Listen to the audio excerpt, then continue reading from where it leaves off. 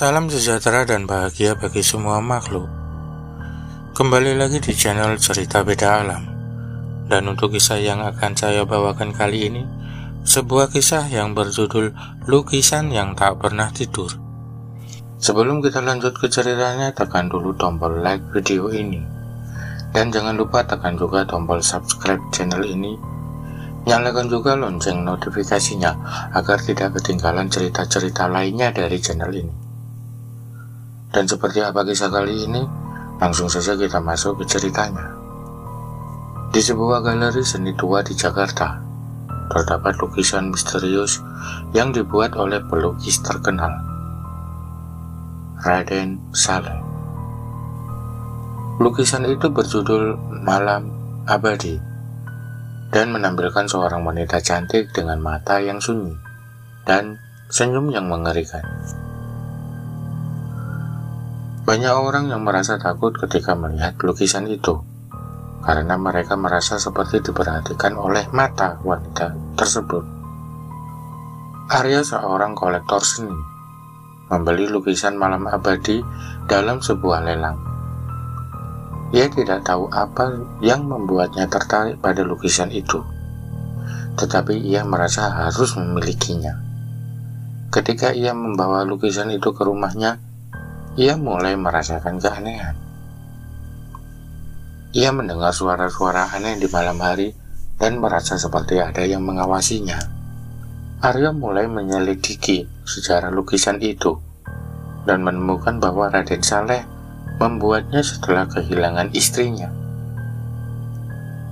Lukisan itu dikatakan memiliki kuasa supernatural yang dapat memanggil arwah. Arya tidak percaya, tetapi ia mulai merasakan kehadiran yang tidak terlihat di rumahnya. Suatu malam, Arya melihat bayangan wanita di depan lukisan itu. Ia merasa takut dan berusaha untuk menghilangkan bayangan itu. Tetapi ia tidak bisa. Bayangan itu mulai bergerak dan berbicara, memanggil namanya. Arya menyadari bahwa arwah wanita itu adalah roh dari lukisan. Arya mencoba untuk menghilangkan lukisan itu, tetapi ia tidak bisa. Setiap kali ia mencoba untuk melepaskannya, ia merasa sakit dan lemah. Ia menyadari bahwa lukisan itu telah mengutuknya. Arwah wanita itu mulai meminta Arya untuk melakukan ritual-ritual aneh dan mengorbankan orang-orang terdekatnya. Arya tidak dapat menahan tekanan lagi dan melakukan ritual terakhir. Ia mengorbankan adiknya sendiri untuk memuaskan arwah wanita itu. Setelah ritual itu, lukisan itu mulai berubah. Mata wanita itu berkedip dan senyumnya semakin lebar. Arya menyadari bahwa ia telah melakukan kesalahan besar. Keesokan harinya polisi menemukan mayat Arya di depan lukisan Malam Abadi. Lukisan itu telah berubah dengan mata wanita itu terbuka lebar dan senyumnya yang menghilang. Orang-orang mengatakan bahwa lukisan itu masih hidup dan menunggu korban berikutnya. Setelah kematian Arya, lukisan Malam Abadi dibawa ke galeri seni lain. Namun kutukan itu tidak berhenti. Karyawan galeri mulai mengalami kejadian aneh. Lukisan itu bergerak, suara-suara misterius terdengar, dan bayangan wanita muncul. Seorang peneliti paranormal, Dr. Widya Studi, mendengar tentang kutukan itu. Ia memutuskan menyelidiki dan mencari cara menghentikan kutukan.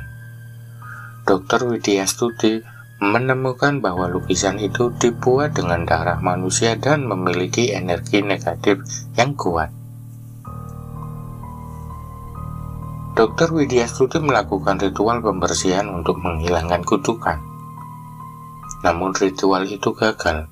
Arwah wanita itu muncul dan menyerang Dr. Widya Studi. Ia selamat, tetapi lukisan itu menghilang. Dr. Widya Studi mencari lukisan itu dan menemukannya di rumah seorang kolektor seni lain.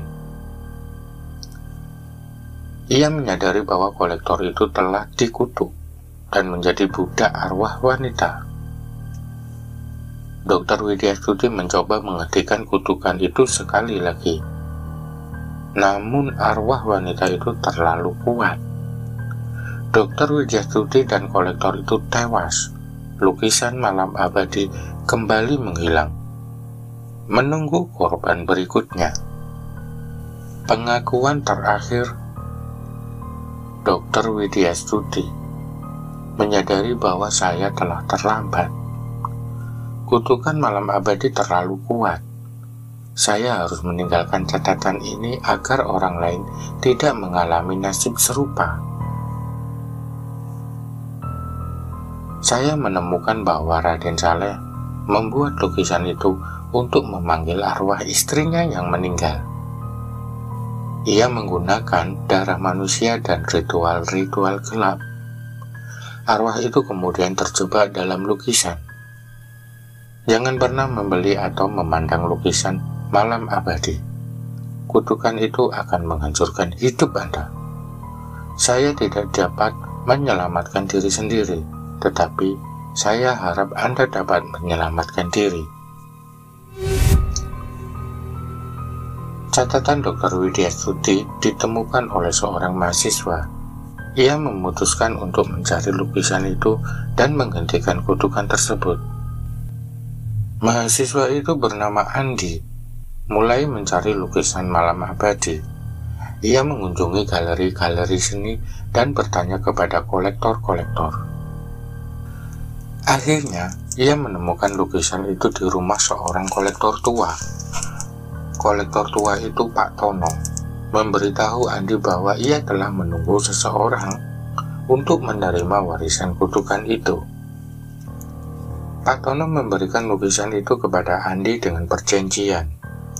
Andi harus menghentikan kutukan itu. Andi mulai meneliti sejarah lukisan itu dan mencari cara menghentikan kutukan. Ia menemukan ritual pembakaran lukisan untuk melepaskan arwah. Andi melakukan ritual pembakaran di tengah hutan. Saat lukisan itu terbakar, arwah wanita muncul. Andi berdoa dan meminta arwah itu pergi ke alam baka. Arwah wanita itu mulai menghilang. Lukisan malam abadi lenyap dalam api. Kutukan itu akhirnya berakhir. Andi merasa lega. Andi kembali ke kampus dan menceritakan pengalamannya kepada teman-temannya. Mereka tidak percaya, tapi Andi tahu bahwa ia telah menyelamatkan banyak nyawa. Dan arwah si wanita merasa lega setelah sekian lama terjebak dalam lukisan. Saya melihat Andi yang berdoa untuk saya, dan saya merasa terharu. Saya akhirnya bisa pergi ke alam baka. Saya mengingat masa lalu ketika saya masih hidup. Saya adalah istri Raden Saleh dan saya sangat mencintainya. Namun kematian saya membuatnya sedih dan melakukan ritual gelap. Saya ingin meninggalkan pesan untuk Andi dan semua orang yang pernah melihat lukisan itu. Jangan pernah bermain dengan kekuatan gelap dan hormati roh-roh yang telah pergi. Saya akhirnya menemukan kedamaian. Lukisan malam abadi telah lenyap, dan kutukan itu berakhir. Semoga cerita saya menjadi pelajaran bagi semua orang. Setelah ritual pembakaran, Andi kembali ke kampus dan melanjutkan studinya. Namun pengalaman itu meninggalkan bekas dalam hatinya. Ia menjadi lebih bijak dan menghargai hidup. Suatu hari, Andi menerima surat dari Pak Tono, kolektor yang memberinya lukisan itu. Pak Tono mengundang Andi ke rumahnya untuk membicarakan sesuatu yang penting. Pak Tono memberitahu Andi bahwa ia juga pernah terjebak dalam kutukan itu. Ia memberikan Andi sebuah buku harian yang berisi catatan tentang lukisan malam abadi dan kutukannya. Pak Tono memberitahu Andi bahwa ia harus menjadi penjaga pengetahuan tentang lukisan itu dan kutukannya. Andi menerima tanggung jawab itu dan berjanji untuk menjaga rahasia. Andi kembali ke kampus dengan pemikiran baru. Ia menyadari bahwa hidupnya telah berubah setelah mengalami pengalaman misterius itu. Andi mulai membaca buku harian Pak Tono. Ia menemukan catatan tentang sejarah lukisan malam abadi, ritual-ritual gelap, dan korban-korban kutukan. Andi menemukan nama Eva dalam buku harian. Eva adalah seorang seniman yang hilang setelah membuat lukisan serupa, malam abadi. Andi penasaran dan memutuskan untuk mencari informasi tentang Eva. Andi menemukan artikel tentang Eva yang menghilang pada tahun 1990-an. Artikel itu menyebutkan bahwa Eva sedang mengerjakan proyek lukisan yang sangat rahasia. Andi mengunjungi studio Eva dan menemukan lukisan belum selesai dengan judul Pagi Abadi. Lukisan itu mirip dengan malam abadi, tapi dengan nuansa yang berbeda. Andi merasakan kehadiran misterius di studio. Ia melihat bayangan Eva dan berbicara dengannya. Eva memberitahu Andi tentang proyek terakhirnya dan kutukan yang menghantui seniman-seniman. Eva memberitahu bahwa Pagi Abadi adalah lukisan yang dapat membalikan kutukan. Eva memberitahu Andi bahwa Pagi Abadi adalah lukisan yang dapat membalikkan kutukan malam abadi. Namun Eva menghilang sebelum menyelesaikan lukisan itu. Arwah Eva meminta Andi menyelesaikan Pagi Abadi dan membebaskan seniman-seniman dari kutukan. Andi menerima tugas itu dan mulai bekerja. Andi menemukan inspirasi dalam lukisan Eva dan mulai menyelesaikan Pagi Abadi. Ia merasakan energi positif mengalir dalam dirinya. Saat Andi menyelesaikan lukisan, kutukan malam abadi mencoba menghentikannya. Andi merasakan tekanan, tapi ia tidak menyerah. Pagi Abadi selesai. Andi merasakan kelegaan dan kebanggaan. Kutukan malam abadi akhirnya berakhir. Andi menampilkan Pagi Abadi di galeri seni.